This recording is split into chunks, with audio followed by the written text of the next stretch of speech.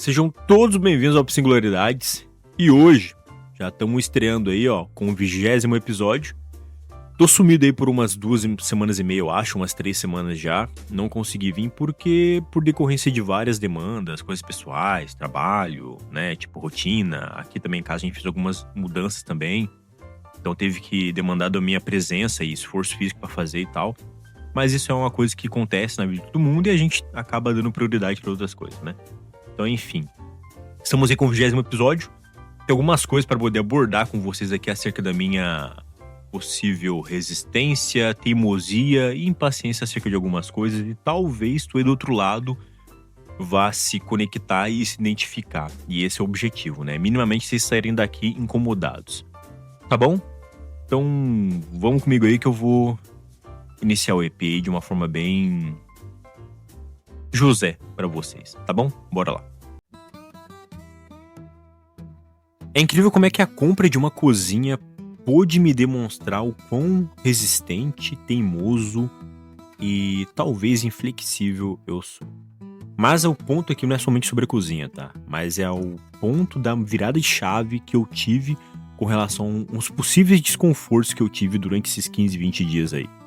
Recentemente a gente comprou uma cozinha aqui pra casa e de fato a gente teve que desfazer de algumas coisas nossas. E só que a ideia central era o quê? O que me pegava. Tá, por que eu vou comprar uma cozinha nova se eu já tenho uma cozinha? Por que eu vou comprar um fogão novo se eu já tenho um fogão? Por que eu vou comprar uma bancada nova se eu já tenho uma bancada? Não fazia sentido. De fato, pra mim ainda não faz sentido. Só que eu percebia o quanto o meu egoísmo ele tava sendo muito mais latente acerca disso, que eu não tava me lembrando de que havia uma outra pessoa que sempre teve uma vontade, sempre teve esse sonho de ter uma cozinha nova. E é muito bizarro isso porque, por exemplo, a Giovana, minha esposa, ela teve que argumentar comigo do porquê ela quis essa cozinha. E não é uma questão somente financeira, tá? A gente tem a condição, a gente teve a condição, a gente comprou essa cozinha. Só que o que me pegou foi o fato de que a gente teve que sentar e conversar, ela teve que me demonstrar pontos acerca dela, do porquê, os motivos e as ambições e as vontades dela, e de fato um sonho, que ela sempre quis ter a cozinha dela. A cozinha dos sonhos, digamos assim. Uma parte dela, por enquanto. E eu percebi o quanto eu não tava ouvindo isso. Eu tava ouvindo a minha mente no sentido de ok, mas a gente já tem uma cozinha. Então essas questões muito literais que às vezes eu tenho comigo, assim, que me causam muito empecilho, que causam muita resistência, que me causa muitas dores de cabeça também, é algo que eu quero trabalhar aqui com vocês, poder vocês tentarem entender um pouco mais acerca disso, tá? Há uns 20 dias a gente comprou uma cozinha. E até certo ponto foi algo muito... Nossa, com toda certeza foi muito bacana isso. Porque eu tive vários desconfortos nesse meio tempo também. Porque eu já queria ter pintado a minha cozinha, porque eu não gosto de cozinha branca. Então de fundo assim ele é uma cor palito de picolé. Bem de fundo assim, quase um rosinha assim, muito bonitinho. E o teto ele é cor de gelo. E além disso, a gente teve que limpar, teve que pintar e tal, caralho, a 4. E além de tudo isso, o que eu gostei bastante assim, que eu vou trazer já as minhas resistências, foi o fato de que eu tava criando todo um cenário na minha cabeça sem antes ter tentado. Eu tava criando todo um cenário na minha cabeça, montando toda uma problematização que não havia problema ali. E ao mesmo tempo, eu percebia o quanto que a minha resistência não me deixava enxergar umas outras possibilidades, o quanto a minha resistência, a minha teimosia também, não me fazia enxergar outras novidades também acerca disso. O quanto que o novo poderia se fazer presente e tá de fato descartando o velho, assim. E tá de fato retirando o que não fazia mais tanto sentido. E eu percebi, além de tudo isso, o quão apegado eu sou com relação às minhas coisas. E isso não é uma coisa assim que eu já percebo, não percebi só agora não, tá? Eu já percebi isso há muito tempo já. Tanto é que há uns 20 dias atrás, nesse mesmo tempo, eu fiz uma limpa em um monte de coisa aqui em casa. E caralho, porra, acho que eu limpei uns 20% da mala que a gente tem ali em casa, que eu joguei fora, assim, de que não fazia sentido, de que não tinha importância. E nossa, e a mala ficou tão leve, tão leve, tão leve. E eu até te pergunto pra ti do outro lado aí, né, nessa tua mala que tu carrega, quanto de pessoa, ao mesmo tempo de coisas que tu tem, que tu percebe e entende que não te faz sentido, que tu ainda continua carregando. Se atente sobre isso, tá? É importante. Às vezes, deixar coisas que não te fazem mais sentido pra trás te alivia um monte e também tu dá espaço pro novo. E foi esse um dos processos que eu percebi. De que quando eu me desfaço de coisas velhas que não têm sentido, que não fazem mais alguma função na minha vida, eu também me abro um espaço pra novidade. Me abro espaço também para que outras coisas comecem a se tornarem novas memórias, digamos assim. Que outras coisas comecem a se tornar um pouco mais significativas também. E talvez um dos pontos chaves aqui que eu quero tentar abordar e elaborar com vocês é a importância de não romantizar um pensamento e minimamente romantizar uma frase. Por exemplo, eu escrevi há uns 20 dias atrás um artigo no Substack que é mais ou menos assim: eu sempre fui assim é sinônimo de não tentar mudar. De novo, a frase "eu sempre fui assim" é minimamente um sinônimo de que tu tá querendo dizer de forma indireta ou direta de que tu não tá disposto a mudar. E essa frase pra mim me caiu como uma chave porque eu discorri sobre isso acerca de muitas coisas de que eu faço, eu tenho hábito como sendo aquela coisa entre aspas do "eu sempre fui assim", fecha aspas. E não necessariamente é algo positivo, tá? Não deve ser algo positivo, nunca da vida. Porque eu percebia que eu não me esforçava pra mudar também. Essa semana mesmo, porra, eu tenho percebido muita coisa aqui quando eu tô trabalhando, fazendo minhas coisas no PC. Eu tava com 10, 12 abas abertas. Eu comecei a falar assim, porra, mas por que eu tô com esse monte de aba aberta, velho? Aí eu comecei a olhar assim e falei assim, mano, isso aqui eu não vou mexer agora, fechava. Isso aqui não é importante agora, também vou fechar. Isso aqui eu não vou mexer agora, também vou fechar. Tá, porque esse aqui tá aberto, nem sei porque tava aberto, fechava. Pô, eu tava ali depois com 4, 5 abas abertas no máximo, assim, de que eu tava usando. Então, pô, já diminui uma descarga do meu, uma sobrecarga do meu cérebro de 10 abas, entendeu? Pô, isso é muita coisa, cara. Pô, é muita coisa, ainda mais pra mim, que trabalho o dia inteiro praticamente no PC. Nossa, é muita coisa e toda hora abre aba, fecha aba, entra aba, fecha aba. É um inferno, cara. E não somente isso, porra.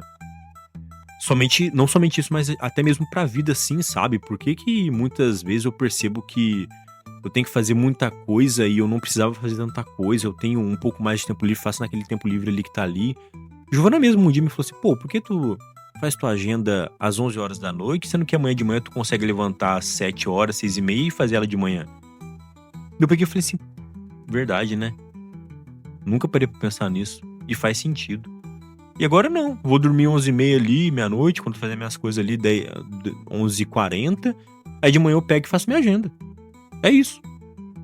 Então, assim, porra, às vezes alguém que tá de fora é a pessoa que aponta aquilo que a gente tanto nega, né?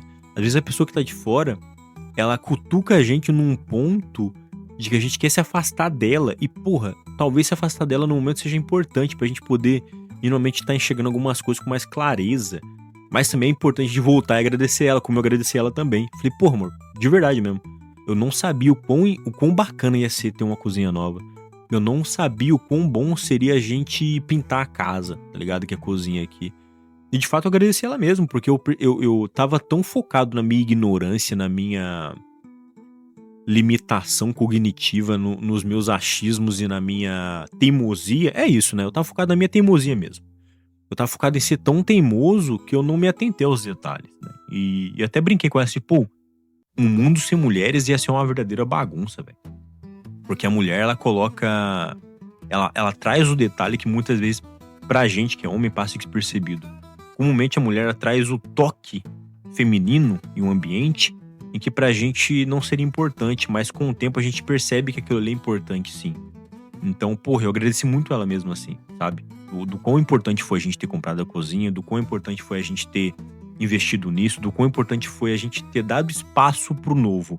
Mas, se liguem, pra gente dar espaço pro novo, a gente tem que tirar o que é velho, o que não faz mais sentido, o que não tem mais funcionalidade. E uma das coisas que a gente faz comumente brasileiros, né, a gente faz a acumulação de muitas coisas, velho. E a gente olha pra aqui, não, um dia eu vou usar. E usa o caralho, velho. Aonde eu vou precisar? E precisa o caralho, mano. Porra, precisa nada, mano. Põe um saco preto ali, ó. Abre teu guarda-roupa agora. Na moral, abre teu guarda-roupa agora e põe um saco preto do lado. Se faça as seguintes perguntas. Eu vou usar? Beleza, então dobra e deixa ali. Não vou usar.